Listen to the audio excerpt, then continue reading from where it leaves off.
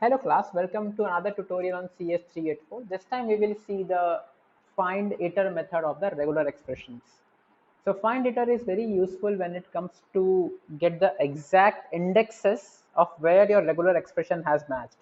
So directly seeing the example here, so I have a text. I saw a fox in the wood.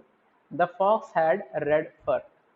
Now see, my compilation pattern is fox. So fox appears two times here. Fine.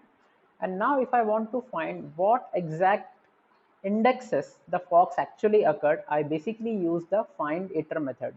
So I'm finding the pattern which I have compiled in the previous step and the text is here. Let us check the output for this program. So I'm using a for loop and it says found fox at 8 is to 11, right? So let me just write this sentence here. I hope if I can show you this 0, 1, 2, 3. Okay, it will not come like this. 0, 1, 2, 3, 4, 5, 6, 7, 8. See, you can see 8 is the index at which f fox is found. So we have 8 colon 11. So this is 8 is at 9, 10th and 11. So basically 8 to 11, but not including 11 is the first instance where fox is found. Similarly, 29th index to the 32nd index. So if you take the difference, 29 minus 32 makes it 3 characters, which is basically fox.